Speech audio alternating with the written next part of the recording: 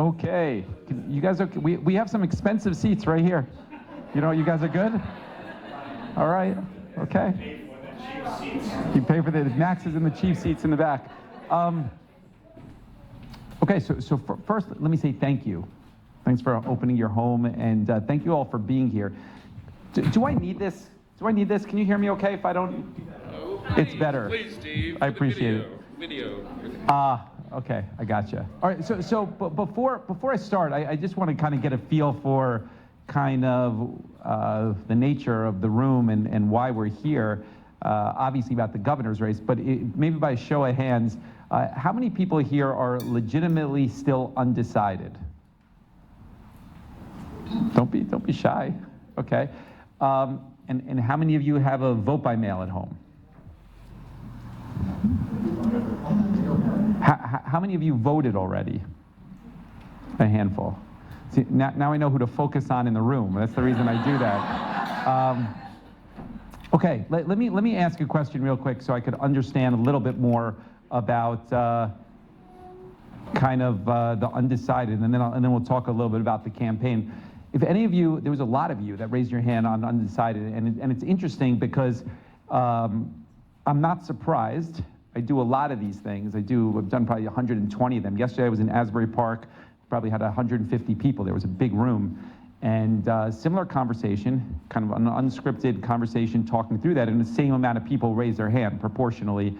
And it makes sense because if you think about kind of a presidential election, the undecided component, there's a lot of kind of history on this and science to that, but the undecided people decide in the last 2 or 3 days. That's really the way that works. And that's 2 people, a Democrat and a Republican. And here we have 6 people in uncharted territory. So it kind of makes sense that there's still a large undecided portion. I'm curious if any of you want to share what is still in your mind of why you're undecided. Is there an issue that you're trying to navigate a little bit, something you're trying to understand, something you heard? Is there a reason why you're still maybe on the fence? Yeah. Well, I voted. Well, that's not on the fence, but I love it. What I would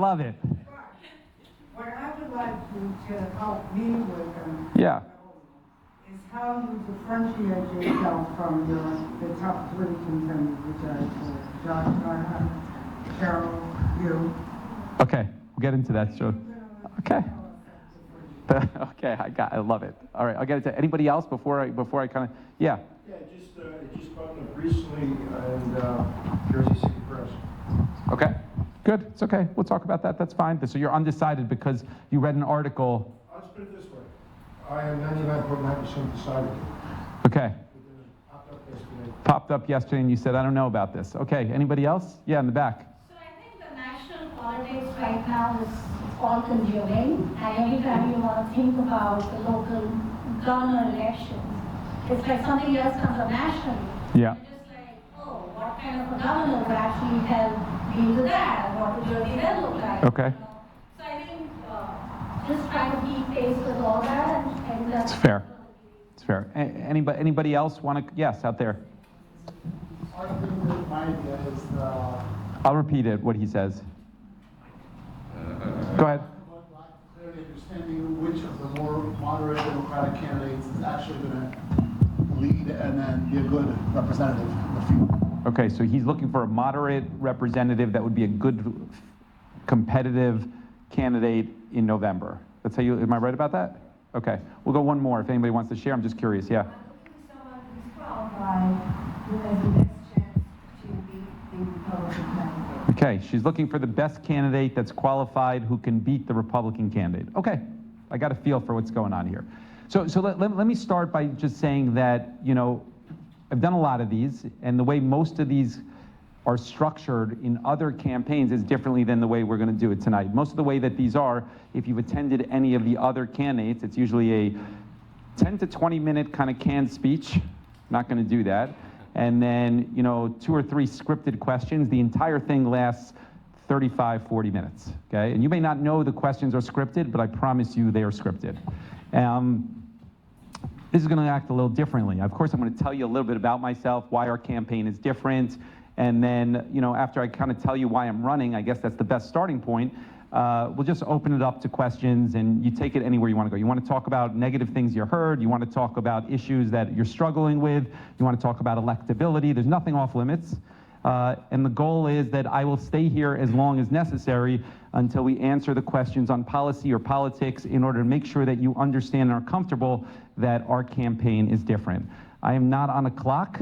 I have a 6-year-old, a 4-year-old, and a 1-year-old at home. I will stay here all night and have a conversation. So let me just start by telling you how our campaign is different than the other 5. Big picture, okay? There's a couple things that are different. The first is that you do pay in New Jersey a corruption tax. You pay that based on the structure of government that is in place for 20 or 30 years. And our campaign is different because it is the only one that is talking in a lane outside of that traditional establishment about how we're going to change that. So as much as we talk about government and policy reform, I also talk about political reform, and the stakes are very high on June 10th. So that's one differentiator right out of the gate. Number 2 is that we are more substantive on policy than anybody else, by far. We'll talk about that as well, but by far, it's night and day. And the goal for this, what would be really meaningful for both of us, is at the end of whatever it is, an hour, hour and a half, as long as we stay, that you walk away saying, I understand that he answered a lot of questions in a different sort of way. I like 27 out of the 30 things he says, 3 I could care less about, but the reality is I understand how he's thinking about them differently than the other candidates, and I understand how he's going to achieve that. If we could get to that place at the end of this hour, hour and a half, it's been a successful night for both of us. That's my objective. And then the third thing that's different is that when you talk about the federal government and how we're going to stand up for values, there's a different approach that I have for a lot of that than the other 5 candidates. So we're going to talk about that as well. And all of this hopefully gets clearly stated in the question and answers. So it's going to be unscripted. You can say, this is what I care about, this is my problem, this is what I heard, this is what I want to talk about, how are you going to solve that, etc. And we'll go through it from there. So that's kind of how I think about that. Maybe the good starting point is for me to tell you about how I got in front of you and why I'm running for governor. Is that fair? Good? And cheap seats, good? Yeah, okay. All right, so look, the honest situation is that if you asked me 20 years ago, go back a long time, and you said, do you think you're going to be in Tenafly any time in your life running for governor in the next 50 years? I would have told you no. And you probably think about that saying, I'm skeptical of that comment. A lot of political people say that they had no intention of running for office, and I would say it's true. I wasn't registered to vote. I wasn't engaged. There was no political history in my life. And then you would probably think that's not the best attribute for somebody who wants to be the governor. And I would tell you that the reason that I was not involved would probably make sense to you. I come from a family of Holocaust survivors. Most of my family was taken to Auschwitz. 35 of them, 28 of them were murdered. The 7 that survived immigrated to this country. Those of you that know the immigrant experience would understand that most immigrants that arrive here, that come to this country, they're not civically involved, they're not politically involved, they're not community involved. Their objective is to build a life in this country with the hope that their kids have a better life than they do. The next generation usually gets more involved politically, or the following, but that's how my parents were. My parents settled in Edison, New Jersey. It's where I grew up.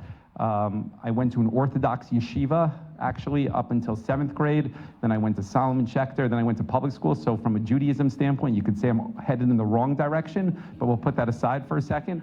My father had a deli in Newark growing up, 938 Broad Street. I worked there many, many hours. I don't know a lot about politics around the country, but I do know for certain that I know more about the deli business than any gubernatorial candidate in the history of America. And well, that's true, in a different sort of way. And my mother had an immigration services business directly next door, helping people get immigration. They did that up until COVID, and then they retired to travel a little bit more. After college, got a job in an investment bank, arguably the most prestigious investment bank in the world. It was a great gig to get out of college. It was 1999, very prestigious. You could imagine what my parents thought. Very proud. Their son was on a trajectory to make a lot of money, financial security. I was at Goldman Sachs for 2 years on the trading floor, and we were working One New York Plaza, which is where the trading floor was, 2 blocks away from the World Trade Center. I'm certain that every one of you has a 9/11 moment story where you remember where you were.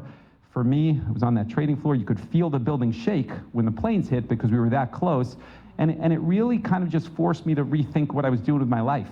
I went to my managers at Goldman Sachs 2 days later, and I said that I was going to leave and I was going to enlist in the Marine Corps.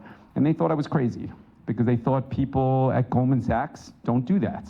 And that's true. People at Goldman Sachs don't generally do that. But I viewed it at the time as really just a partial payment for citizenship. I was very thankful for everything that my family had as immigrants coming here, and I viewed that as a debt owed. That's how I viewed it. So I left Goldman. I went to Paris Island because I wanted to be on the enlisted side. It was very important to me to be on the enlisted side.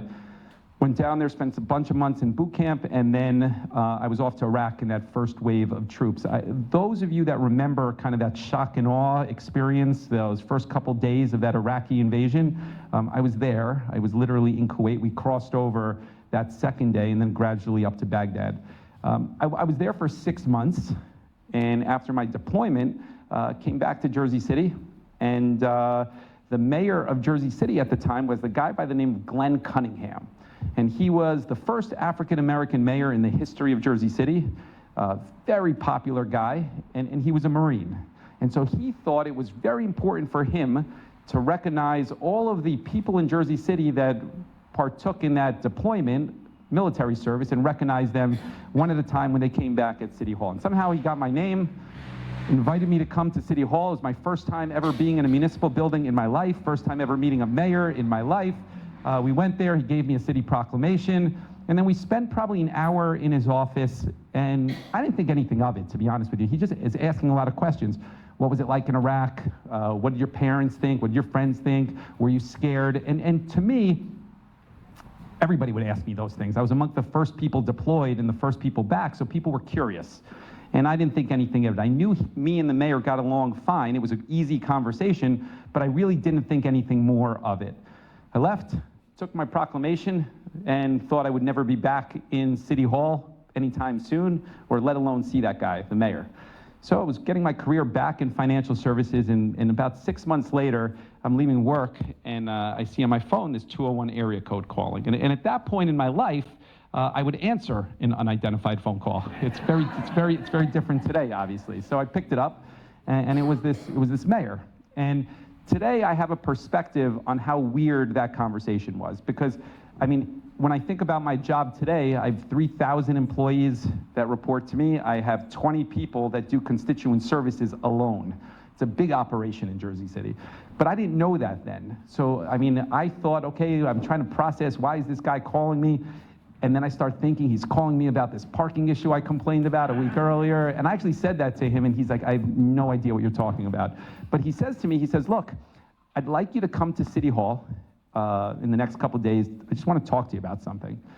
I said, okay, and we figured a time 2 days later after the work. So going to City Hall is my second time in a municipal building in my life, second time meeting this mayor. We go into his office, and he starts talking about politics in Hudson County. It's the first exposure. I'm not registered to vote, so it's very foreign to me. He starts saying to me, he says, look, you know, Steve, this coming June primary, so 20 years ago, he says, this coming June primary, he says, our congressman, Bob Menendez at the time, you've heard of Bob Menendez. It's a joke, Bob Menendez is gonna run for Congress, and he's gonna run a whole slate of candidates, somebody for county clerk and county commissioner and these county committee seats underneath. This is what Cunningham says to me.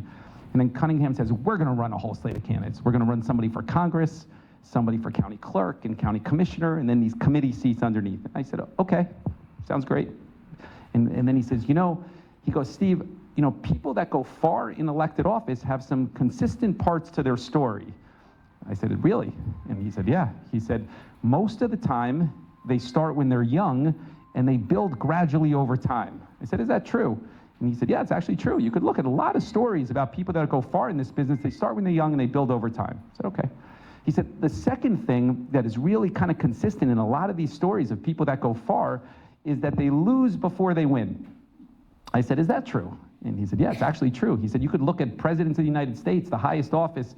Bill Clinton lost his first race, and George Bush lost his first race. This is what he says to me. I said, okay, it's fine. What does that matter? Fine. He says, you know, I'm going to tell you something, and I don't want you to have an adverse reaction. I want you to think about it. My only thing that I'm going to ask you, Steve, is that you don't say no. I said, okay. And he says, what I'd like you to do is to run for Congress against Bob Menendez. And I said to him, you got to repeat that for me, right? And he says it again. And I said, look, I'm not registered to vote. I'm not involved. I didn't expect this conversation. Like, let me think about it, right? And so I left, and I stood in front of City Hall. I called my parents. I called some friends from college, and I told them what I just told you. I was in the mayor's office, et cetera, et cetera. I maybe made 8 or 9 phone calls in front of City Hall, and they all had the same exact response. Everybody said, are you sure that's what the mayor said to you? And I would say, yeah. I said, yeah, I'm telling you, that's what the guy said to me. And so I thought about it, and I called him back 2 days later, and I said I would do it. I registered that morning, and I said I would do it. And we don't know each other particularly well yet, I get that. But, you know, obviously I think about kind of my career and professional stuff, and I plan.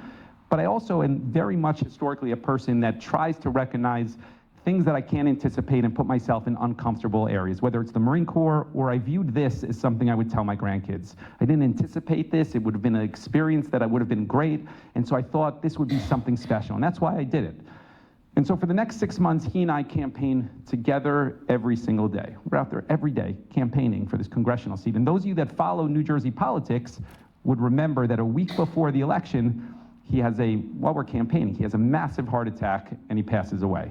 And it was on the cover of the New York Times. It was a big story because it's not every day that a sitting mayor in one of the largest 100 cities in the country passes away in office, let alone there were very few African-American mayors at that point. So it was a big deal. And the following week was the election, and needless to say, I never became a congressperson. Now, you're probably wondering, why did he tell me that? Okay, what does that have to do with anything, right? And I'll tell you. So those 6 months, that period of time changed my life the same way the Marine Corps changed my life. And you're gonna say, how? Well, so this guy, Cunningham, and myself, and I'm a nobody. So the mayor and I are campaigning every day together. And I have a front row seat because we're together every single day after work campaigning. And every day, people are coming up to him with issues, problems, local issues, state issues, federal issues, things that he couldn't fix, but everybody, meaningful problems that, can you help me with this? I have a problem with that. Things that were very difficult for those people, they'd come up to me, and I'm a nobody, and they'd come up to him. And the couple times that I would visibly see him being able to solve some of those problems, being able to connect the person to somebody that could solve it or directly solve it, I would visibly see this person's demeanor change. I would visibly see that they would have a weight lifted off their shoulder. And I thought it was the most amazing thing. It was day in and day out. I had a front row seat to that. And I said to myself that if I ever have the opportunity, I want to do that with my life. That is more meaningful than anything that I've ever been doing before. And I couldn't believe it. And that was the pivot point for me. The following year, I ran for city council in Jersey City, outside of the political establishment. And in Jersey City, it is a tough place to win outside that political establishment. And we won this council seat. I'm going to tell you how tough it is to win outside that political establishment. The New York Times wrote a huge article about me winning a council seat in Jersey City. And I tell that to you because when was the last time that you ever heard the New York Times writing an article about a council person that won a seat in any city in the country? But it was a rare enough thing that they thought that they were going to cover it, and they did. And I worked hard as a council person. And in 2013, I said I was going to run for mayor, very much like this same election now. I was running on a grassroots campaign, and I was running very substantive on policy. Same thing. And when I tell you that the entire political establishment was against me in 2013, it's not doing justice to that statement. Of course, the entire Jersey City Democratic Organization, the Hudson County Democratic Organization, every notable person in statewide politics took a side, and every one of them took a side against me. Cory Booker felt the need to cut a commercial against me. Mayor Bloomberg, across the river, mayor of New York City at the time, felt the need to engage in the mayor's race in Jersey City against me. It was one of 2 races in the country, put this in perspective, in the country that then sitting President Barack Obama directly engaged in, cut a commercial. He engaged on behalf of Rahm Emanuel, mayor of Chicago, and Jeremiah Healy running for re-election against me as mayor of Jersey City. I share that with you because I won that race despite the fact that very few people thought I would win, and I know a thing or two about this race that I'm in right now. I'm the first three-term elected mayor in Jersey City in 70 years. It is a hard place to govern. It is a complicated city. It is a single most diverse city in the entire country, to put it in perspective. In 70 years, nobody's been elected for 3 terms, and I tell you, they've kept me there because it's been one of the best Renaissance stories in the entire country. Every single economic metric, Jersey City for the state of New Jersey has been the leader. Every housing, every affordable housing, every social service, every environmental justice, criminal justice, the laboratory of change for the state of New Jersey has been Jersey City over the last 12 years. And I tell you that most of the things that Phil Murphy, if he was sitting right here, would tell you that he is most proud of, his biggest accomplishments, the first place that had happened when it was difficult was Jersey City. Minimum wage, we were the first. Paid sick leave, we were the 6th in the country. It was brutally hard when we did it. They followed us once the water was warm. I mean, if you talk about short-term rentals, we had a $6 million fight with Airbnb that became a national narrative around short-term rentals. Talk about plastic bags and the environment. You talk about Vision Zero. First, the state followed us. 2 years ago, and I just want to tell you one more thing about that. When people tell me that of course Jersey City would change, it's 3 miles away from New York City, I always say the same thing. I say Jersey City has been 3 miles away from New York City for 250 years. The reason that it has changed is because we set a very clear vision on what it was going to be if you let us, and we systematically executed as a team, step after step after step. 2 years ago, I started this campaign for governor, very much like that one. And at the time, the political establishment said, you are going to anger them. You are going to make enemies. Why would you start so early? How can you stay relevant? And I said at the time, I'm doing it for 2 reasons. The first, because I believe that if you are going to run a campaign that is substantive on policy, it takes time. And I would urge you to go to any of the websites, Democrat or Republican. The way we position things is night and day versus anybody else. They're all outlines. Our transportation plan, 22 pages. Our housing plan, 18 pages. This is what I did in Jersey City. I accomplished on this. This is what I learned along the way. And this is what I know I can do for the state of New Jersey if you give me the opportunity. And we would roll 1 out per month. And I'd try to see, would I have a conversation? If I had a Zoom call, how many people would show up to talk about trains and buses 2 years ago? And I was shocked. 500 people, 600 people. And I knew I was onto something different. I knew I was onto something that if you treat people like adults and you tell them, this is actually what I believe and I'm going to do if you give me the opportunity, even if they disagree with you, they will respect you. And we started this one after the month, and that's how the campaign is built. And the second reason I started early was because if I was going to build a campaign that was grassroots oriented, it takes time. I do not believe that you can change the political culture if you are a product of the political culture. So that was the starting point, and it takes time to build something. We have 1,600 volunteers today. It is a bigger campaign than anybody else's. There's no campaign manager, there's no field director, there's no finance director, there's no campaign office. I want to put that in perspective for you.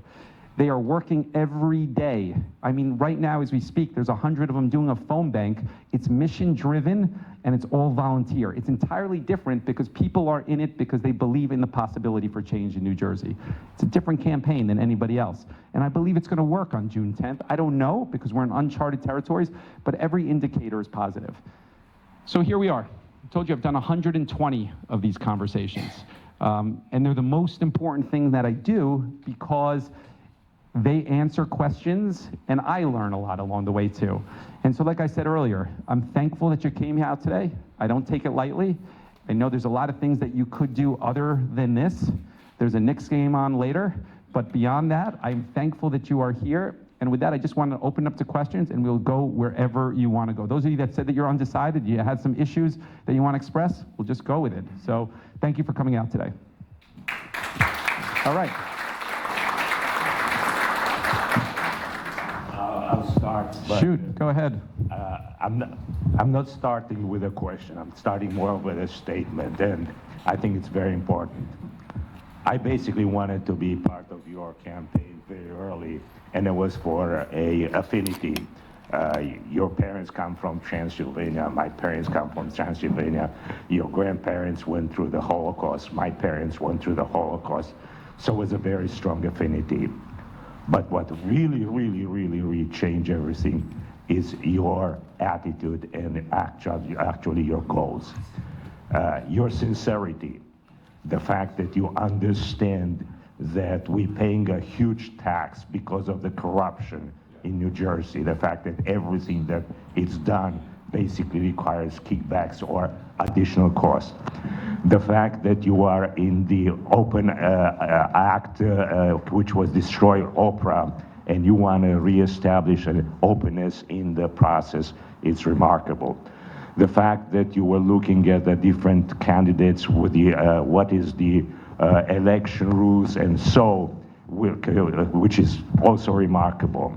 Max, I love this question, Max. I could listen to it all day. As a matter of fact, but go Let ahead. me finish that Yeah. because this is the fact that you understand that we have over Yes. here a transportation problem that nobody basically is looking at, that we have to control, and Yep. we have to create its also. The Thank fact you. that, yeah, and what I'm saying is, besides the affinity, your actual deeds and whatever you're trying to do is what should drive everybody to vote for you. I appreciate because it's that. going to be a different world when you are Different New in Jersey. versus what it is today. I appreciate Thank that. you. Thank you. Okay, so you have a question. Go ahead. Retired teacher. Yes. I didn't Tenafly, I taught Tenafly. And I heard an interview with you in which you spoke about how you would like to lower property taxes, and one of your means for doing that was to take special education Yes. out of the schools. Yes. Given the fact that President Trump would like to cut special education Yes. to begin with, I wanted to know a little bit more about A little more how you about that. like Can you hear the that. question out there? Question, okay. The question was about, she's a retired teacher living in Tenafly, right? Living in Tenafly, and she heard an interview me talking about property taxes and special education and changing how that works, and she had concerns in light of Donald Trump changing the Department of Education, correct? Okay, I'm gonna answer that in two ways, okay? I'm gonna start with what I said about special education and why, and then I'm going to talk about the Department of Education and what we need to do in this moment in time, okay? First of all, what I said, the biggest driver of your property taxes and the affordability conversation is key, is your school funding. And the school funding formula hasn't been updated since 2008 because nobody has the will to do it. I do have a track record of engaging in these tough fights, okay? And it is front and center as a priority for what I will do. But there's a lot of ways that it should change, but one of the things that is priority for me is that special education is funded now by district, and it is a big cost driver because often you will have districts argue if it's not a service that's provided to that particular child, they get to send it out of the district, the child, and then they will argue the districts on who pays what ultimately, and as if you have more special education kids, high autism rates in the state of New Jersey, et cetera, it becomes a huge cost driver. My belief on the whole special education component of funding is that it should be covered from the state, a blanket coverage from the state. It will help your property taxes, number one, but more importantly than that on this, it will provide a better service to the parents that have a family member with special needs. So that's the reason why I think that you take it out of the school property taxes. With regards to the Department of Education overall, I think it's been a missed opportunity by Phil Murphy. And this goes back to something I said earlier about how do we stand up for our values. If I said to anybody in this room a year ago that somebody would abolish the Department of Education at a federal level, you would have said that sounds absurd. Nobody's going to do that, right?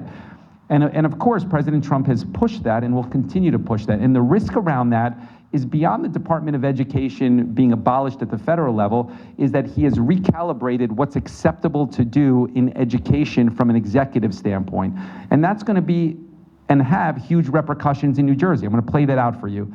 Let's say Bill Spadia was elected governor.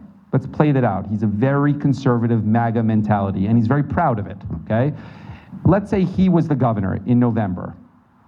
I assure you, because if you look at the state constitution for New Jersey, the state constitution doesn't say anything about what education will be in New Jersey. The only thing that it says is that everybody's entitled to an education. That's it, okay? And what I believe is that if, let's say Spady got elected, I am certain you would see vouchers. I am certain you would see religion in school. I am certain that you'd see outing of transgender kids. All of those things he would push. And what I say repeatedly is that when Donald Trump pushed this abolition of the Department of Education, most elected officials sent out a press release saying it's a terrible thing, how could you do that? But the actionable step should have been at the governor's office while you have a Democratic governor, a Democratic state senator, and a Democratic assembly pushing guardrails for the Department of Education so that in the case, because at some point you will have a Republican governor in this state, and you got to protect public education, and that's not what they're doing today. So there's two parts to that. The first is defining how I mean by special education. The second thing is what can you do in this moment in time to better stand up to a President Trump and speak to our values? And I think that's a gap that we're not doing properly in New Jersey, okay? Well, thank you. Somebody, any questions in the cheap seats? No? Okay, we're good right now. Yes, in the back. So what do I say to my women friends who say, we have to vote for Mikey because we're women? Okay. What do I have to say to my women friends that, okay, let me take a step back on this. I don't believe, I'm going to talk about your question as well with Josh and Mikey. Is that okay, even though you voted for me? And her question directly, okay? I don't believe that all 6 of us can win in November. I would bet the ranch on it, okay? I'm going to go a step further. I'm going to actually speak to this in specific detail. I'm going to suggest to you that the real number of people, I used to think, well, let me say, the real number of people that I believe can win is probably a little bit less than 2. You know what I mean by that, it's 1, right? But all joking aside, let's talk through that for a second, okay? If I asked the 60 of you people here, okay, and I said, I want you to write down on a piece of paper why Kamala lost in November. Don't share it with anybody, just write it down on a piece of paper. I promise you there'll be 60 different explanations. There'll be some consistent reasons that some people cite, but there'll be 60 different narratives on why she lost. I'm going to tell you what the most common ones are going to be, and we'll probably agree on that. A lot of people are going to say sexism. It's true. A lot of people are going to say racism. It's true. A lot of people are going to say that she had a short time to organize a campaign because Joe Biden dropped out late. It's true. I'm going to suggest a 4th reason, which I believe is more important than any of those prior 3. And you're going to say, what is that? I'm going to tell you that she was unable to articulate a clear vision for what the United States of America would look like different than Joe Biden, because she wasn't able to articulate or lean into that. She had a different energy policy on fracking, whether she was in Pennsylvania or elsewhere. She had a different healthcare policy on single-payer options versus non-single-payer. I mean, she ended up losing both the Muslim vote and the Jewish vote because neither side trusted her with regards to the Middle East policy, because she couldn't articulate a clear vision. I would tell you as a starting point, which is a differentiator, you have half of the candidates that are running that are unable in detail to speak to what they intend to do different for the state of New Jersey. And as part of that, because of polling, they will never talk about the LGBTQ community, the transgender community, the immigrant community. And that is a disqualifier in November, not because that's a key part of the campaign, but if you are not able to articulate to the Democratic base how and why you will protect those people, they may vote for you, but they will not work for you. And in a tough election, it's going to be hard to get over the goal line. And I'm going to tell you a second reason when you talk about these different people. A lot of the Democrats think that this coming November is going to be a referendum on Donald Trump, and it is not going to be a referendum on Donald Trump. I'm telling you it's not going to be a referendum on Donald Trump because a lot of independents and Republicans in New Jersey voted for Donald Trump last November. It's going to be a referendum on somebody else. Jack Ciattarelli is going to say one sentence. One sentence. He's already started it. I've been telling people for a month, but he already started it last week. And he's going to consistently say this one thing. You're going to say, what is it? He's going to say this person is 4 more years of Phil Murphy. And in an independent and Republican room, that is toxic. That may be okay to say in a Democratic room, but he's going to say, you like your taxes? 4 more years of Phil Murphy. You like your energy bill? 4 more years of Phil Murphy. You like your school funding formula? 4 more years of Phil Murphy. You like your housing prices? 4 more years of Phil Murphy. And I tell you, that after 8 years of Phil Murphy, if you are a Democratic machine candidate, Mikey Sherrill in North Jersey and Steve Sweeney in South Jersey, you have the same consultants, the same lobbyists, the same infrastructure, you will never get out of the starting gate in November. It is a non-starter because that is not where the energy of the party is. The only lane that is credible as a starting point happens to be the lane that I'm in when you are not saying and apologizing for Phil Murphy's 8 years. The starting point is space between Phil Murphy and I saying, yeah, the Democratic Party has done some good things and they've done some bad things as well as a starting point, and that is the only credible place to move independence. I'm going to tell you something else, is that all 6 of us are invited all the time to Republican rooms and to Democratic rooms. And the other 5 go only to the Democratic rooms. I made it my business, whether it's the Ocean County Chamber of Commerce or radio shows in South Jersey for the most conservative people that have reach on the radio. You could listen. I'll spend an hour in them and I will talk the same way about the transgender community or the immigrant community that I will speak in this room today if you push me. And the reason that that's important is because I know that I can move people on those issues that are reasonable if you allow me to talk to them. Now, most of the party that's out there, the 5 other ones, and certainly who you asked about, has no ability to move a person on any of those core issues. And it is a dangerous thing as a starting point. So I don't think everybody can win, ultimately. I think the starting place for her in particular is extremely vulnerable, extremely vulnerable. And I think the campaign that she's run for the last 6 months speaks to the fact that she's vulnerable. If you run that same type of playbook, you're not getting out of the starting gate. And I think a reasonable person can understand that with regards to where we are. Okay? Well, somebody liked that question. I got 1 vote over there. All right, go ahead. Yes. I'll repeat the question. Go ahead. How are you going to change the narrative that the Republicans have over Democratic? I'm a little concerned about the Republicans seem to have control over the narrative about how Democrats govern. Yeah. And with the recent problems at Newark Airport and the strike that was thankfully averted, and Yes. What was the other transportation issue? The transit strike. The strike, the Newark, and the congestion pricing. Yeah. How are you going to kind of change that narrative? You could hear the question on how you're going to change that narrative. I'm going to tell you also, first of all, let me start by saying that reaffirms what she asked, because the starting point for me is different. There's been nobody that's been more critical of Phil Murphy within the Democratic Party. I was with Andy Kim, ultimately. There's nobody that would say that he is a Phil Murphy extension of 4 years, okay? And I have a track record that is different than anybody else. I've run Jersey City for 12 years. With regards to taxes, we've been very responsible. We've done a lot on transportation. We've built a lot of housing. I could speak credibly to an issue that some of the other candidates can't because I have tangible experience around that stuff. I think the starting point is different. But again, what I was saying over there, if you are coming being the machine candidates, you're not going to win for the reasons that you just articulated. You reaffirmed my point ultimately. I do believe that the only credible starting point is the person that's saying, I'm not apologizing for those eight years. We've done some good things and we've done a lot of things that you need to improve ultimately. I'm going to tell you something else ultimately, that with regards to electability, okay, that Jersey City, for prior to the last 10 years, has been a net exporter of people. The people in Ocean County, the people in Monmouth County, the people in Lower Bergen County, those are ex-Hudson County and ex-Jersey City people. They have an affinity for Jersey City in a different sort of way. And I tell you, as a starting point, it is a credibility that I have with them that is different than anyone else. They will vote for me because they will vote for Jersey City. If you know a Jersey City person, they could live in Tenafly for 30 years, but they still identify as a Jersey City person. It is a very weird thing, but it will work in my favor, for sure. But anyway, hope that answers the question on that. On transportation, you wanted to talk more about transportation specifically? Yeah. Okay.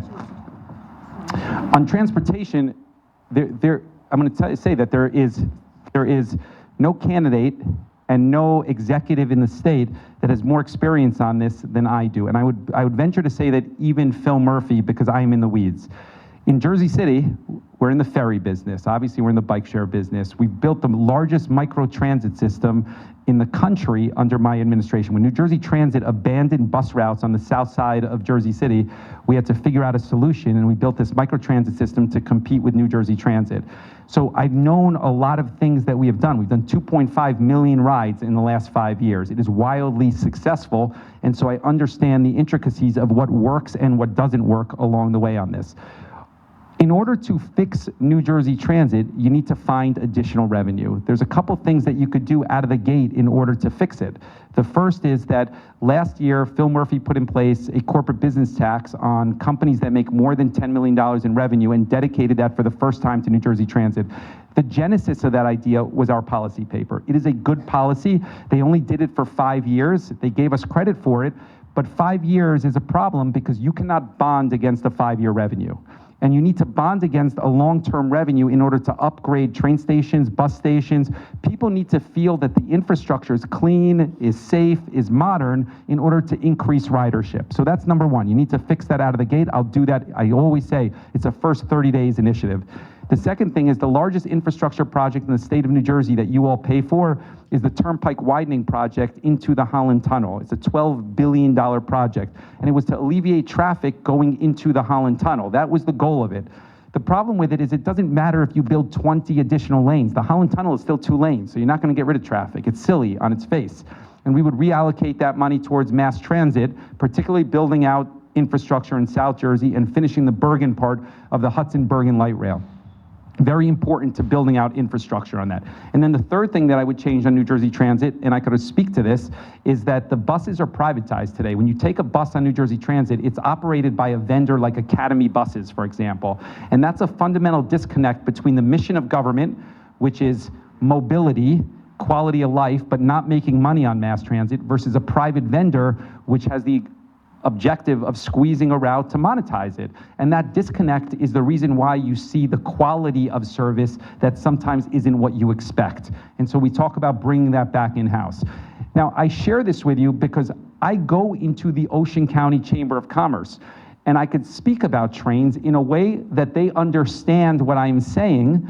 And the way that they look at it is, okay, what he says makes sense, and I know that I'm not going to move the entire room, but I will move enough of that room that they think I'm practical with some experience around this stuff that other candidates don't have. So the starting point is different, going back to your initial question on where the conversation is, just based on the fact that I have 12 years of experience on this, and I could speak to it in more detail with a specific plan than others. You're not going to win every room that you're in, but you got to win enough of the people in the room to be credible there. And I know that I can do that. I've done it enough times around these specific issues. Yes. Yeah. So you talked a little bit about, well, you talked a lot about your background, and it's very impressive. Yeah. I've learned Thanks. a lot today that I didn't know.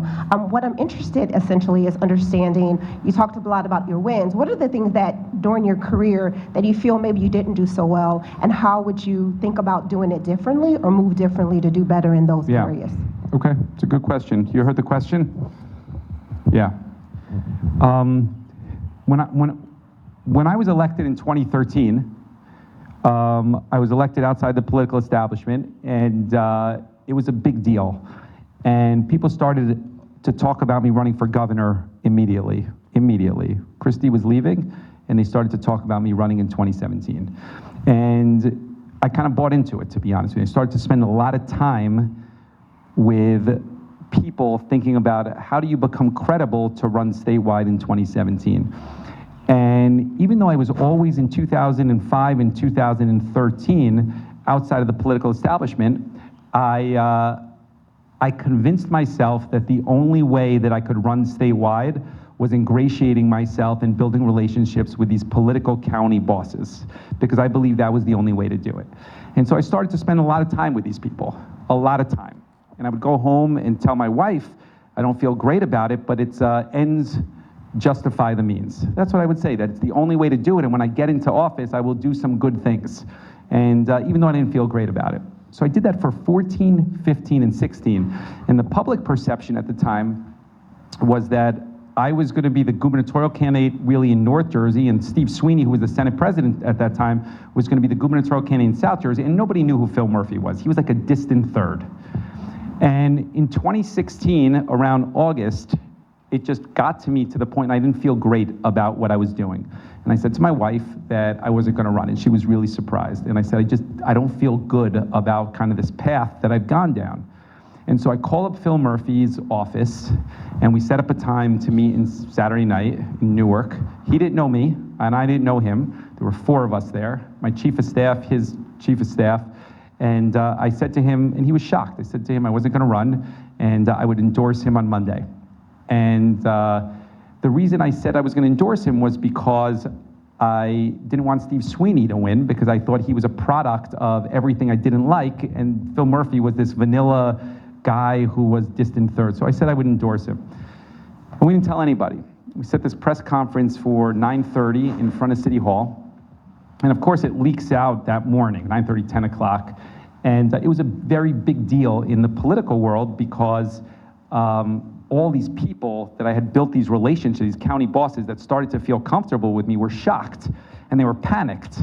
And so when I endorsed Phil Murphy, all of them panicked because they didn't like Steve Sweeney in North Jersey either. They were concerned about him. He had support in South Jersey, so they all 2 days later endorsed Phil Murphy following me. That's how Phil Murphy became the governor, as a matter of fact, okay? And he would tell you this. I mean, this is, you could Google it. It's all history. Now, when I did that press conference, it was embarrassing because there was like 100 people there, and a lot of my political enemies, the people that hated me or that I didn't have a great relationship with, were sitting in that crowd smiling, laughing at me because I was falling on the sword. I fell on my face, essentially. It was embarrassing. I'd worked hard, put a lot of time in for 3 years, but because I misjudged a situation, because I did something that wasn't true to my values, I ultimately paid a very high price for it, a very, very high price. Because here I was in 2017, where people were saying that you're likely, you got all of North Jersey supporting you, could be the governor, which is a heady thing at the end of the day. And here I am falling on my face, and people didn't understand it. And I understood it, my wife understood it. But I said to myself that if I ever had the chance to run for governor again, I would do it differently. And I didn't know I'd have the chance, because it was 8 years away. I'd have to win 2 elections as mayor, and I'd have to do a good job in a city I told you that was very tough to govern. And I said, if I ever had a chance, I would do it differently, the way that's more true to my values, that I would do it grassroots style, and I would say the same thing in any room that I'm in. And I've done that. I'm very proud of that. I learned a lesson. I got lucky in the fact that I made a mistake and I got a second chance on it. It's a possibility that it will work out for me still, but it was a mistake, and I learned a lesson for that. So that would be how I would answer that. I would tell you 2 weeks ago, I was in Closter in a meet and greet, okay? And the LGBTQ community are huge supporters of me, huge, because I have a track record on this that's different than other people. And this guy stands up, it's 150 people, it's a big meet and greet, and this guy stands up, older gentleman, and he says to me the following. He says, I need to ask, it was me and then 2 assembly candidates that were with me running. And he says, I gotta ask you a question, it's a litmus test for me whether I can vote for the 3 of you. Okay.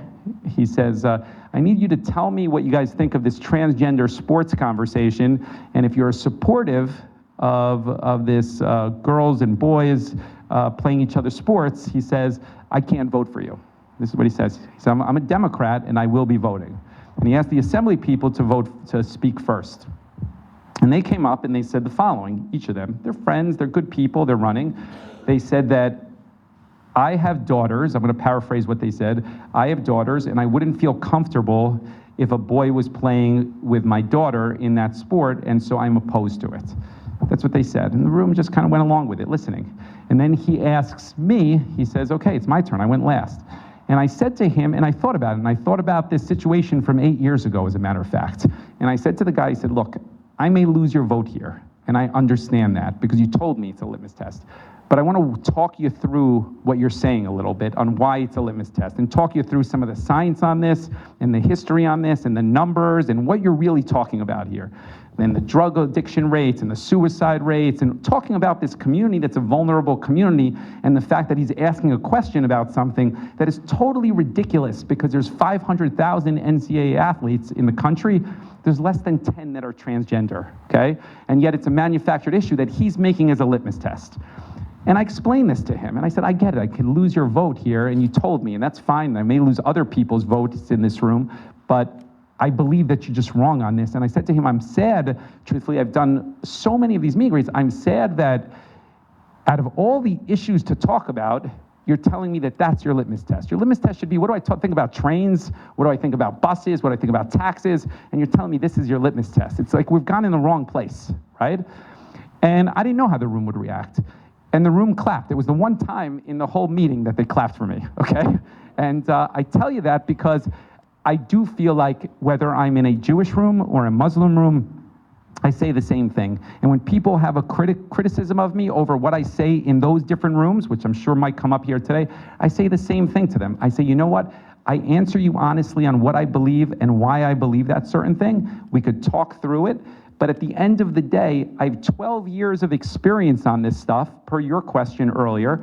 And I said, if you have a question on how I act and how people view me, go ask the Muslim community in Jersey City what they think of me, and go ask the Jewish community in Jersey City. And both of them will tell you he has been a great mayor for us.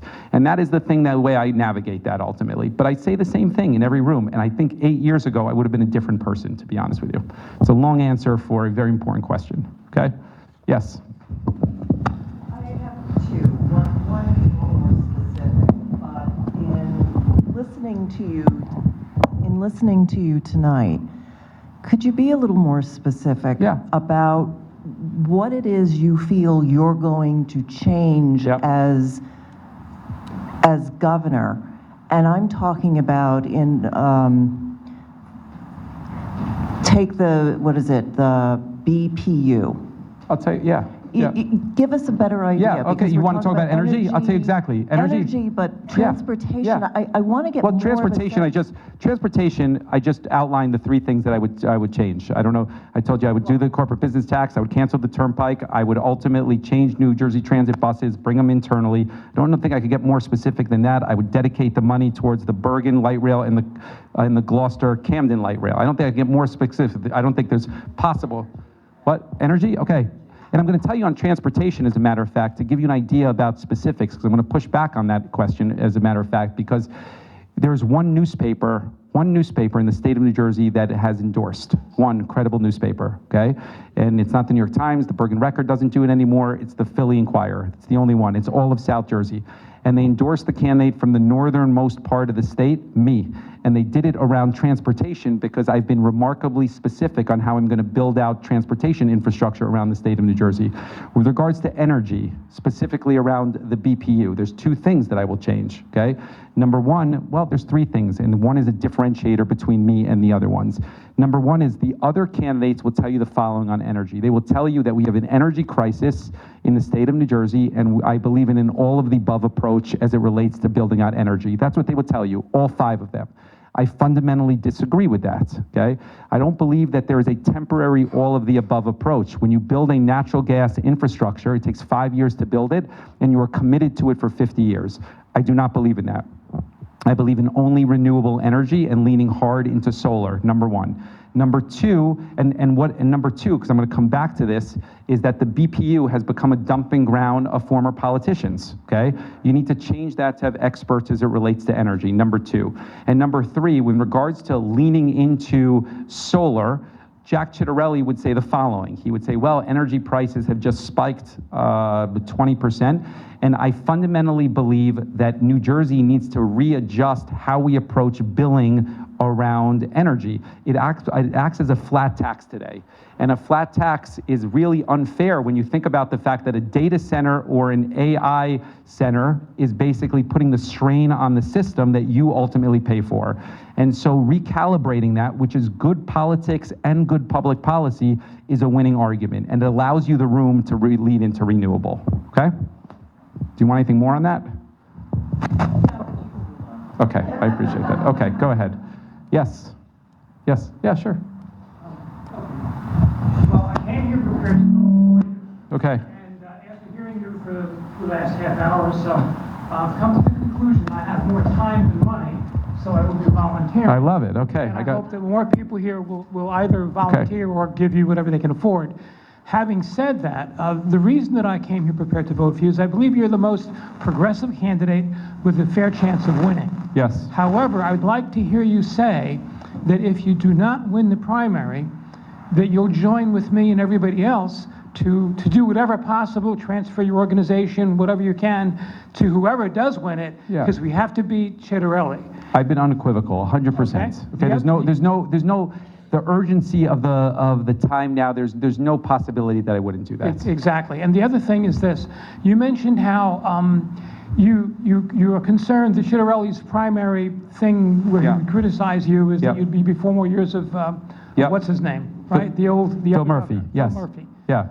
So, and there's some merit to that, and your response would be that you'd get into so many issues and in depth and quality. But I think the response, in conjunction with legitimate issues and what you've been saying here, is to also hang. You're familiar with the rhyme of the Ancient Mariner and the albatross? Yes. The albatross around Chitterelli's neck has to be Donald Trump, and unfortunately he is in effect on the ballot in November because he wants to destroy not just New Jersey and education, but the whole country. Yeah. And Chitterelli supports Trump.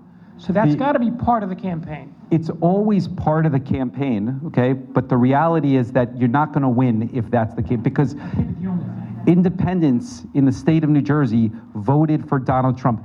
I'm going to say to you, as it relates to the only credible message, right? If you ask me today, and I've been asked a million times, what do you think of Phil Murphy as governor? And I would say I always answer the same thing. I've been on the record a gazillion times.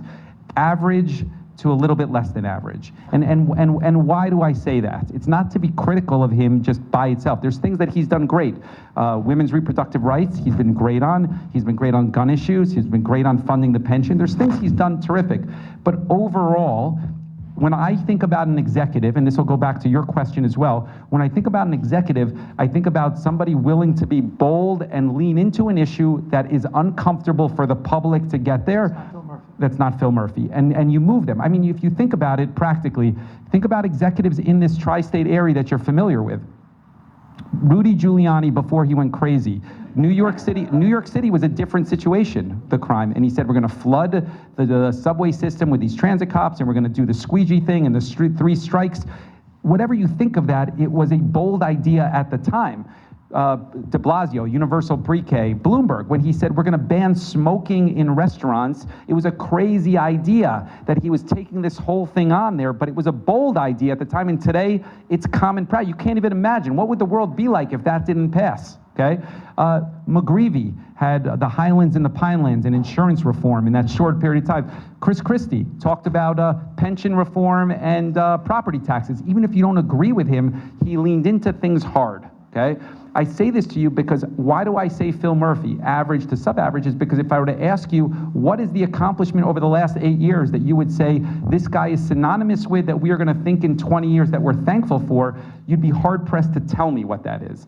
And I would tell you that the starting point for me is not defending the guy, because when Jack Chitterelli says that he's been average to less than average, I'm not going to defend him. I'm going to say he's been good on certain things. And there's a lot of things that I've criticized him for the last 8 years different than anybody else. So the starting point of the argument is different. You're working on independents. You're not working on Democrats. You're working on independents to move to win. Just 20 more seconds on this other point of corruption in the state. Yes. I think Bob Ingalls wrote a book, The Soprano State. You probably read it over the years. I've read it. Okay. So you know about George Norcross? Yes. He walked on those charges. Yes. And you heard the tapes and everything. Yes. The guy that you want to keep for Attorney General is the guy that was prosecuting Norcross, which I love that idea. I would hope that when you are elected, that you make a large part of your governorship introducing whatever legislation or whatever you can to get New Jersey free of the de facto legalized corruption that is at the core of our whole state. That's why we have 400 billion municipalities. I think most people in the state are very cynical about the corruption, and that's probably why half of them don't vote. If you could become a champion of that particular issue, not only will you get elected by a large margin, because a lot of Republicans who voted for Trump because they thought he was going to clean up the swamp, Yes. they'll come to your side, to our Yes, side. I agree. Enough said. Okay. Could I say something on that real quick, on that specific point? There is a common thread between Bob Menendez, George Norcross, and Chris Christie. They all hate me the same, and I'm unapologetically in that lane, about change. And I will tell you that what is that corruption tax that I said earlier? When you talk about affordability in the state of New Jersey, let's talk about it's energy is part of it, healthcare is part of it, property taxes is part of it. You go to the healthcare conversation for a second, okay? If you are fair about healthcare in the state of New Jersey, you would acknowledge the fact that Horizon has an absolute monopoly on healthcare in New Jersey. And it's unfair on how they treat a lot of the practitioners. I think anybody in that business would tell you that. And you'd ask yourself, what else is wrong with healthcare in New Jersey? And you would say that you have now 4 hospital systems that have aggregated the entire hospital systems and consolidated, and now they're acquiring medical offices and dictating outcomes to you. And it's not always in your best interest. And then you'd ask yourself, why does that happen? I'll tell you why that happens. It happens because your county chairs, who are also lobbyists, work for Horizon, work for PSE&G, work for the hospitals. So if you think about insurance reform, going back to this conversation, and they come into this room and they say, obviously we need insurance reform, but in their private sector, they're working for Horizon, you could come to the conclusion you're either lying to your client or you're lying to your constituencies, because those two things will not coexist. Think about that practically. Your Bergen County chairperson, your Bergen County political chairperson, when he became a chairperson, was placed on the board for Horizon. His prior job was a director of public works. I want you to think about that for a second. That Horizon board pays $90,000 a year. He is not a healthcare expert, okay? That is the situation when you talk about why the system is what it is. It is the same thing for PSE&G. It is the same thing across the board. I'm in that lane. One thing before we go to the next question is that I'm on the ballot June 10th, no question about it. But because I lean into this lane so hard about reform, you're on the ballot as well. Because if I don't win and those down ballot people don't win, and we spend $10 million and we have 1,600 volunteers and we have a clear message and we've done 130 of those, it sends a message to anybody else who's thinking of running for government, offices, or politics, that it is impossible to win unless you ingratiate yourself to that system. That's on the ballot on June 10th. You may not see it that way, but I'm 100% certain that that's how the public is going to see it. And I'm going to tell you something else that's on the ballot ultimately. When you talk about electability in your back, if you're fair about it and you live in New Jersey, both of what you said and what she said has merit to it. In New Jersey, if you live here, you are going to have a referendum on 4 more years of Phil Murphy. And the reason I say that is because New Jersey has not elected a Democrat in 70 years, okay? And Jack Ciattarelli's talking point today is that. You want 4 more years of Phil Murphy? This is what it is. Now, that's the game that's gonna be happening here October, September, November. The dangerous part of this, okay?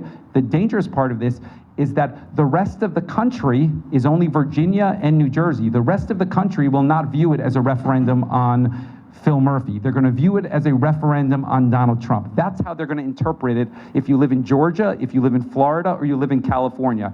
If Jack Ciattarelli wins that election in November because we nominate somebody that is unelectable, the rest of the country is going to perceive that as affirmation of Donald Trump's policies. Even though on the ground here, that's not the race that's going to happen, when you live elsewhere in the country, you will view it that way. And that will have a huge impact on the 2026 House race. Huge impact, because it'll allocate where the money goes and how it goes. So I just want to frame that for you in a way that the June 10th election has huge implications, more than you may think about it. Question, go ahead. First of all, thank you very much for coming here today. Thank you. I also want to thank Cynthia and Wes for hosting this event. My question is this. I've heard a lot about what you've said. I've heard a lot about what Josh Gottheimer says.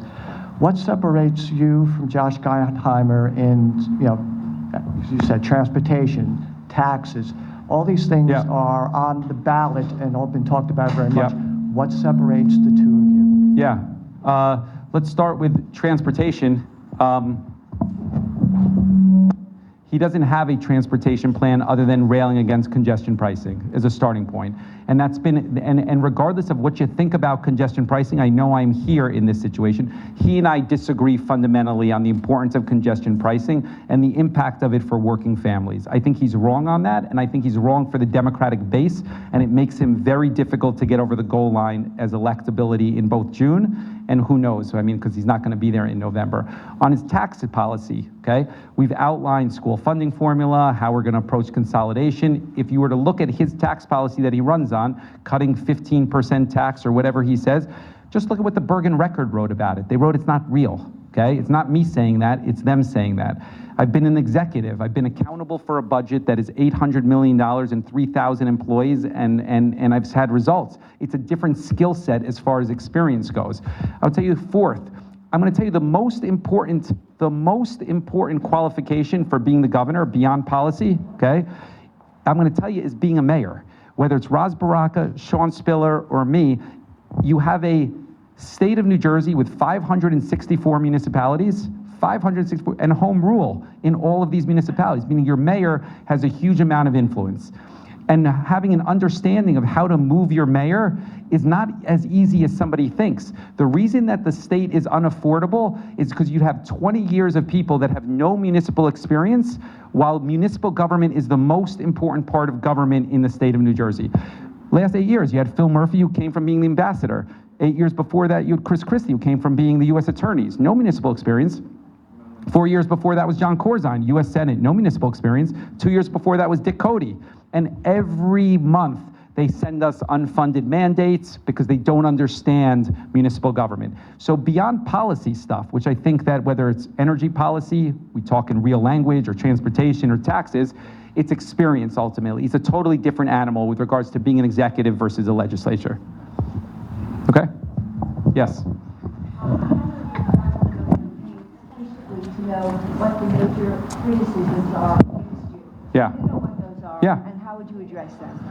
The major criticisms have been surfaced now per what he said. You have bloggers in Jersey City that say innuendo around corruption, around proximity to developers. That's what they would say, okay?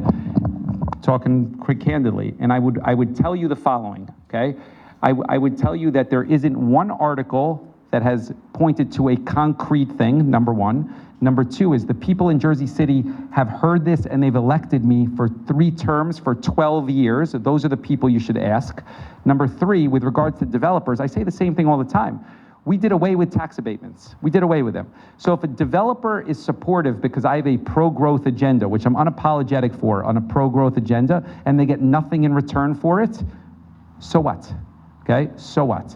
It is the same process that if you talk about any other candidate with regards to they took money from Boeing, they took money from this PAC, you could say it about anybody.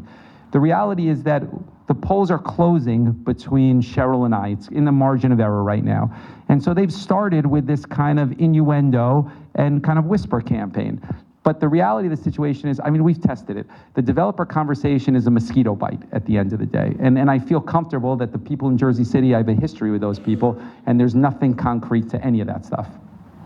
Yes? Yeah, basically, I just popped up just sort of oversight. Yeah, because they're pushing it, yeah. From the research I did, I kind of came to the same conclusion. My main question, how do you combat it? Yeah, so his question is, how do you combat that narrative? It popped up on his screen. He did a lot of research, and he found the same conclusion that I found, or I shared, and he wants to know, how do you combat that? Well, I mean, we have a lot of volunteers, and what they're doing is they're pushing back on it by themselves, so it's not coming from me. I'm trying not to amplify it myself, for obvious reasons, yeah, but they are doing it. I mean, if you look on social media, they are doing it actively themselves. And going back to what I said earlier, the beauty of having 1,500 volunteers and none of them work for me is that they explore these things. When somebody puts something up there, they do exactly what you do. They Google it, they do the research on it, and they make an informed decision by themselves. And we've lost nobody. Nobody. What? Yeah, well. Yeah, I mean, look, you're going, yes, they could say that. I mean, I do my best to have conversations, and they're out there. There's no perfect situation. Hopefully people look at everything saying it's 2 weeks out from an election and everybody's going to throw everything they have and view it with some degree of healthy skepticism. You're back. Yeah, you just inspired another question. Let's say that you win, Yeah. and the reality is that we are all terrified of what Trump is trying to do. Yes. Would you then reach out to Pritzker? Yes. To all of the, to Gretchen? Would there be some sort of Yes. consolidation of power and influence as these big blue states who fund the rest of the country, especially red states? Her question is about, would you reach out to the other Democratic governors and organize them specifically in a way to push back? The short answer is yes, but not in a way of holding back funds. The way the dollars work today, when some of the candidates who are running with me say that we're going to withhold money, it's a dangerous thing, obviously. Yeah. I'm saying that those are some of the issues that Yes, are coming up. yes. I think there's two things that separate me on the pushing back on Donald Trump, okay? I think all 6 of us would agree that we're going to band together with other governors and work closely in order to push back.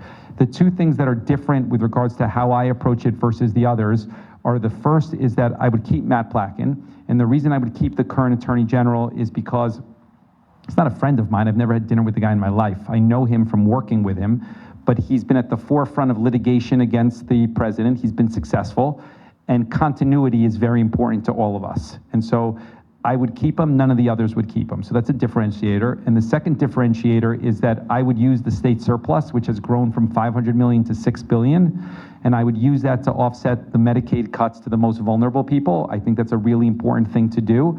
The others would not. They talk about clawing back money from Washington, which really means nothing. But I would use the surplus money. And again, this is about choices. Yes, it could hurt you in a credit rating conversation in the short term. That is a reality. But the reason you have a surplus is for times that you're in a crisis, and with the Medicaid cuts to certain communities, you need to be doing that. In Jersey City, going back to this executive experience that we talked about earlier, in Jersey City, I have $80 million that is at risk from federal dollars, okay? And it ranges from Meals on Wheels, which is a meals program that's a federal pass-through for seniors that we provide. We do $250,000 a year, to environmental programs that I'm passionate about. Got to make choices. Obviously, the Meals on Wheels is more important than the environmental program in that situation. We would do the same thing with the surplus to the communities that are most vulnerable and work our way up. But I think that's the only responsible thing to do. Those are the two differentiators. Working with other governors, we would all do, if I'm being fair about it. Yes? Well, I'll let you know. Okay, go ahead. Yes? Yes, about transportation being mentioned, I've seen New York, Texas, the residents down there, they renew their license every 8 years, while we do only every 4 years. And I was like, why can't we follow along? Because I truly feel this state is really behind. I've never thought about it, to be honest with you, so I don't have a good formed opinion on it. I'd have to get back to you. I'd have to look what other states do, but I will circle back. I know how to find you. Okay? Okay. Yes. Can you talk about immigration a little bit? Yeah. So you've come out in support of the immigrant, thank you. You've come out in support of the Immigrant Trust Act, which is pending in the Assembly. Why do you think it hasn't passed? And how would you make that happen as governor? Yes. And just your general thoughts on immigration. Sorry for this. I'm going to go back on the Immigrant Trust Act. On the immigrant conversation in New Jersey, I have a different set of experience than anybody else. Not only am I a family of immigrants, but I told you my mom had an immigration services business growing up in that. When I was elected in 2013, we established an immigrant affairs office in City Hall, which has been the only nationally accredited immigration office in a municipal building in the country. It is very, very active. We were at the forefront of the resettlement programs in New Jersey for housing from refugees from Afghanistan and the Ukraine. And during COVID, when undocumented immigrants couldn't get access to state or federal grants, we raised a lot of private dollars in order to provide those dollars. I think that on the Immigrant Trust Act, the reason it hasn't passed because Phil hasn't leaned into it. Start there. A lot of that stuff happens at leadership. And if you think about Chris Christie's agenda, he got his entire agenda across the finish line because he was willing to lean into it aggressively. So I think part of it is a gap from Phil.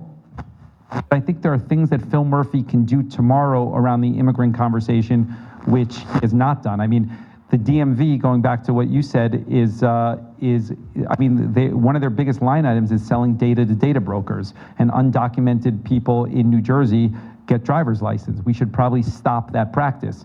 You have a lot of nonprofits in New Jersey that help legal immigrants as well as illegal immigrants, or that have seen their funding dry up, that do good work. Phil Murphy could lean into that a little bit more, set a narrative around that. Those are things that I would do immediately. This is a fundamental difference between the six of us. Half of us, 3 of us are supportive of the Immigrant Trust Act, and 3 of us are not. Myself, Baraka, and Spill are supportive. Gottheimer, Sweeney, Sherrill, not supportive. Yes. And can I say something more on the immigrant conversation? I want to just go back to this is like an important thing as far as electability goes, because I'm going to tie this back together, okay? So I'm in Ocean County last week at a retired law enforcement lunch talking about the COLA, the cost of living adjustment. And it's Ocean County, and it's retired public safety, retired firefighters and police officers, so probably not my voter. You know, there's some Jersey City people there, but not my voter. And this guy raises his hand about this issue, as a matter of fact. And I know that when you talk through with him, okay, in that room, the immigrant conversation, okay, I know we can move him. I know that because when you talk through of what would happen with mass deportation, or what would happen if we change the healthcare components that they have access to, or any of those things, or due process, and we had this conversation in a group of 50 people, I know that a normal person understands that maybe I shouldn't be saying those sound bites from Fox ultimately, right? And I think that's an important part about electability. I don't want to bore you all with this kind of situation, but I do think that's an important part around being competitive in November. Yes. Hi. So you've talked a bit about your successful track record in Jersey City, Yes. running on a progressive platform. And I was wondering how, truthfully, you think that's going to be translatable to rest of Jersey, Yeah. where I think even among progressives, we're going to applaud you about affordable housing and transport and racial equity, restorative justice, and say, great, just maybe not in my backyard. And where an example I thought of is when you were talking about the Bergen-Hudson rail line, and which is called the Bergen-Hudson rail line, doesn't exist in Yes. Bergen, Yes. partially because communities are pushing back against it. Yes. How do you get over the goal line on that stuff, is what you're saying? Yes. Okay. I do believe that with regards to my progressive background, as far as the things I've been able to accomplish, I do run nonpartisan, and Republicans and independents do vote for me in large numbers in Jersey City. There are things that they gravitate towards, particularly my military experience and my executive experience. Those 2 things are big differentiators because I've been very responsible on taxes, and I could speak to that in a conservative environment in a different sort of way. With regards to the Bergen component of the Hudson-Bergen light rail, most of Bergen County is actually supportive of that. The people that are most close to the actual line are reluctant to speak about it. The reality is that I have learned enough doing this the 12 years that if you are clear and decisive on why you believe something is good, people could get to a place of actually having energy around it and willing to be a part of it if you are clear and deliberate. The reason that I have those volunteers is because I speak clearly on congestion pricing and the Hudson-Bergen light rail, and that means that independents and Democrats act the same way. People aren't different if you have a clear mission. That's how I view that ultimately. It's not going to change the platform because I get into the general election. I may talk about different things, but I'm just going to defend the things that you think are problematic. But I think to a reasonable person, I can defend them. You're skeptical of that? Yeah, I just think, people see like Jersey City, it's an urban place, and Yep. a lot of things are going to work there. But in a more rural place, some of those things might not resonate as much. So let me say this. So one of the things that's different about my campaign versus any of the others is that we did make clear who my lieutenant governor will be. And the reason I did that is because it's kind of common sense. Most other states declare the lieutenant governor prior to the primary. In New Jersey, it's a political deal after the primary. And from my standpoint, it makes sense both politically and governmentally. From a political standpoint, I have two people, me and somebody else, working the state. It's obviously advantageous. And from a government standpoint, it makes sense from a transparency standpoint that you should know what an administration looks like. The person I picked was me being conscious of my deficiencies, to be honest with you. So I picked a Sheena Collum, who is the mayor of South Orange. It's a very different municipality than Jersey City. It's a 20,000 person municipality, and any mayor in the state of New Jersey would tell you that she's a rock star mayor. She has been phenomenal with regards to housing and transportation and getting things done, and it's consistent with what I said earlier about a mayor and accountability ultimately from an executive experience. So I'm conscious of that ultimately, and I think it's an important part of what we're trying to do. Yes? Thank you. When you are speaking to suburban voters, yes, such as those who prefer single-family residences, yes, open space, greenery, how do you reconcile that with the growing population demands and the need for affordable housing and greater density? Yeah, it's a good question. I think that it also speaks to some of the disconnect between Trenton and having municipal experience.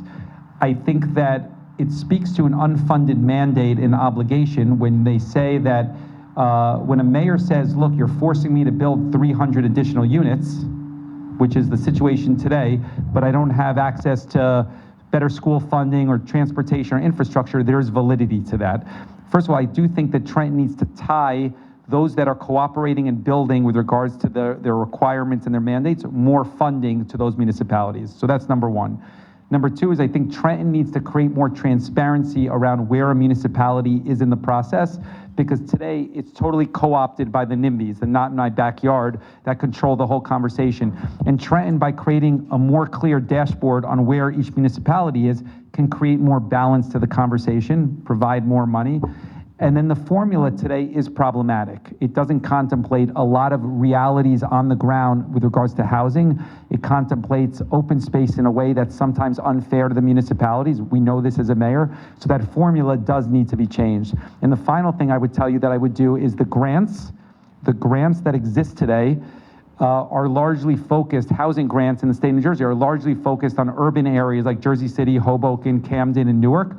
And you need to reposition those because the density increases in some suburban areas without transportation infrastructure doesn't make sense with the 80-20 rules. Does that make sense? So by giving you better grants in areas without mass transit, you could drive down the numbers, not necessarily on the obligation, but the market rate housing that offsets that. So instead of a 50-50, instead of an 80-20, you're having a 50-50. But when there's transit-oriented development, you need to lean into that fairly hard when it's right by a train station, because it kind of makes sense. Yes? So you mentioned that you have a good rapport with independents. I think that's probably the most important. Most important. Right now. I believe that the country as a whole has kind of an identity crisis. The reason why the Democrats lost this time around is because we went so far to the left. Now we are so far to the right. There's never been a middle ground where there's common sense ideas from both parties that could generate good policy. How are you going to generate those kind of things? How are you going to relate to the independents besides just saying that you can talk to them? What are some of the policies to do that? Look, I think that being what did the mayor of New York said, there's no Republican or Democrat way to plow the snow, right? And I think there's validity to that as an executive. Look, one thing about being clear on transportation or healthcare or this corporate or this corruption tax. Those things are not partisan issues ultimately. And I think that when I talk about building out infrastructure for South Jersey on transportation front, which is something I'm passionate about, that's not a partisan issue. Most of the things that I talk about are not dug in on the partisan front. School funding formula, it's not a partisan issue. It's ultimately, it does need to be reformed. We need to get to a conversation around what that is, but it's not going to be what you think with regards to MAGA on one side and super progressives on the other side. I think most of the blocking and tackling things that I've outlined are things that are fairly neutral and easy to get accomplished. Maybe not easy to get accomplished, but easy to push and communicate. Use even the fees around what I said, like the things that I want to do out of the gate, the corporate business tax around in perpetuity instead of the 5 years to fund New Jersey Transit. To me, that's a priority in the first 30 days because you've got to be able to bond against that. I said that earlier on the transportation question. I don't think any rational person is going to say that I'm wrong on that issue. It's a good fight for me, politically and governmentally, and a normal person would say what he's saying makes sense because we need to fix the system. Yeah, you're going to lose the fringe on that, but absent another idea, which nobody has, tell me how we're going to fund New Jersey Transit. That's the reality. When you talk about the energy conversation, the flat tax conversation, the flat tax, right, on your PSE&G bill, I do think a normal person that is an independent would say, yeah, I shouldn't be paying the same rate as the data center. And red states have actually done that recently. And so I think those things you can move if you're able to communicate around that stuff. Those are good fights to have, and they help ultimately you here in these sort of areas of New Jersey. Anything else we got? Got to wrap it up. Oh, we'll do one last question, then we'll wrap it up. Yeah.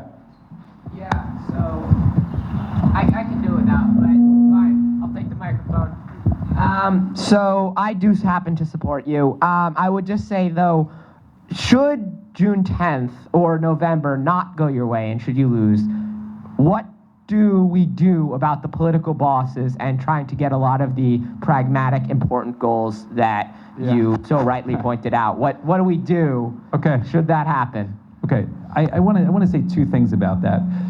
First of all, if we're not successful on June 10th, it is going to send a message that it is very hard to dislodge the system. Last year, when that political line, Andy Kim sued, and that political line has been gone, okay, the incumbents on the political structure won every election, and I would argue they won because the line dissolved late and there was no opposition that was organized, but your Bergen chair, your Passaic chair, or your Union County chair would say that their organization still held. This will be the first test and the most significant test because of how organized we are. I don't know that anybody in the near term would be able to organize the same sort of process with the same sort of resources that we have done. Because ultimately, yeah, they will eventually with some time, but it wouldn't happen immediately. I want to say something about your second part about this in the case that it doesn't work, okay? Because it may not work. Our campaign is different. There is no fallback position for me. I could have run for re-election as mayor, maybe would have got elected, but I thought it was the wrong thing to do to say that to the people of Jersey City, and it's the wrong way to approach this campaign for governor of New Jersey. And I want to contrast that because I'm the only one without a fallback position. Every single other candidate has created a fallback position to stay in politics because that has been the priority. You have 2 House members. I want you to think about how crazy that is for a second. 2 House members that took your money, that campaigned on the fact they want to fight Donald Trump, that asked you to walk and knock for doors because they want to be in Washington. And mind you, the first step of fighting Donald Trump is the House of Representatives. That big, beautiful bill was 1 vote, just to put in perspective, okay? And here they are a week after they get elected, knowing that they have a political title to fall back on, they pivot and say, I want to run for higher office because I think it is the right thing for them personally to do. It's an absurd thing if you think about it objectively. It speaks to what they think about the governor's race, what they think about this job, and what they think about politics personally overall. All of my chips are in the middle. all of them. There is no fallback position. Everything has been bet on the fact that I believe that we are doing something different with regards to healthcare and the corruption tax and energy and transportation and reforming the system. And if I'm wrong, I'm going to find out in 12 days, okay? And my bet is I think we're going to be okay, but I don't know, okay? And so there is no fallback position. It is what it is. I'm going to work to get whoever the Democratic nominee is over the goal line. I do believe that not all 6 of us can win in November, the nature of the election. I will work hard regardless. And then after November, I will finish my term till December, and I will go back into the private sector, and my wife will be ecstatic. That is the way that will work. So that's the way that will work. Yes? I just want to say, we're getting close to closing. Yeah. That the reason, from my humble opinion, that Donald Trump was successful is because he took advantage of the fact that most people in general, left and right, are kind of disgusted and disillusioned. Totally. Totally. So I would hope, I know there's not that much time left in the primary. Totally. But to the extent that you can deliver that kind of promise, Yeah. vision to people that I will give you, I will do for you everything Donald Trump lied to you about. I will clean up the swamp in New Jersey. I will make big change that's for real, not bullshit like he's giving you. And if you elect me, I will transform this state. I will not degrade it. I'm going to take you on the campaign trail. You're coming with me. I want to say, why did Donald Trump get elected? Okay, I have a theory on this. Well, yeah, he is, but he said something really, really important. Okay, if you think back, in 2016, he tapped into something, and this goes back into the education conversation, as a matter of fact, because I want to put in perspective what's going to happen in the next 5 years. And when you talk about higher education, we didn't even get into that. But, you know, in 2016, he tapped into an anger in middle America, really around job displacement, that people, a lot of white men, felt angry about job displacement, and that is directly correlated to 20 years earlier, 20 years NAFTA, when Bill Clinton signed that North American Free Trade Agreement, right? And the job displacement from then was percolating and brewing, and 20 years later, this guy tapped into that anger and gets elected over that. What we don't talk about a lot is that the job displacement in the next 5 years over AI and artificial intelligence is going to make that look like nothing, okay? And I say that to you because if we're not really thoughtful around and the lessons that you learn around this malcontent and anger around your personal grievances that he's tapped into, you are headed towards this iceberg in a very, very serious way. And so, yes, I do think that that is a very important point.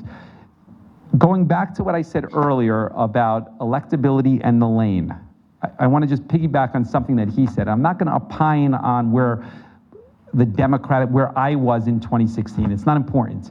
But in 2016, the energy of the Democratic Party was with Bernie Sanders, okay? He would fill 30,000 people in a stadium. That's where the energy was, okay? And he was talking about change to the system. He was talking about insurance reform. He was talking about the corruption. And what happened was, if you remember, the establishment overrode all of that, and they inserted Hillary Clinton in, okay? And in 2020, the energy again was with Bernie. These people said, we're going to take another run at it, okay? And they overrode again, and they put Joe Biden in. They coalesced all those candidates, if you remember, in a week, and they squeezed him out. In 2016, it's exactly what he said. There's truth. I may not say it the same way he says it, yelling, but I'm going to tell you, in 2016 on the Republican side, the base and the establishment of the party, they wanted Jeb Bush is who they wanted. When the election started, it was going to be Jeb Bush was going to be the president, and Donald Trump was the anti-establishment. He was in that Bernie Sanders lane, as a matter of fact, and they could not override him. But I say that to you is because for over 10 years, the mood of the country has been, we do not want that establishment stuff. We don't want that. And it's been on both parties. I'm saying that because I'm just tying it back together, that if you think that that establishment lane is going to be successful in November, I got a bridge to sell you, because it's not going to work. If you're common sense about the history of what has happened over the last 10 years and where the mood of this stuff is, it's not going to work. It's not going to get out of the starting gates. It's really not. The mood of the state and the country is going to be for change. Change. Corruption, change. Anti-establishment, change. Not apologizing for the last 8 years, reaffirming and going from there. And I'm going to just tell you one other thing as I'm going to just wrap this up, because I know we got to go, is that you guys asked about, somebody asked about Josh earlier. She left. She was a voter for me too. She said something about Josh and some of these other candidates, and she said Josh and Mikey and you. She said that's how she viewed it. In reality, the polling actually says it's Mikey and I close and Raz right there is really how that was, but it's irrelevant. I'm going to tell you that when people have endorsements and support, just to give you a nature of how this campaign looks, everybody's not the same on this. When Bergen County supports Josh, or Mikey has Essex County or all these other counties, I'm going to tell you how that works. It's the county chairperson, which is largely a lobbyist, okay, touched on this earlier, goes to every mayor and every council person in their county and says, I am supporting this person here, Josh or Mikey or Sweeney, whoever the establishment is supporting, and we would like you to add your name to it, this endorsement list. And most people are risk averse and conflict averse. So most people say, okay, sign my name onto that, no problem. And then the candidate goes and takes this list of people and says, look, I got 100 people on this list. Everybody supports me from Essex County. Got 150 people from Camden County. I share that with you because for us, when somebody is supportive of me, it is different.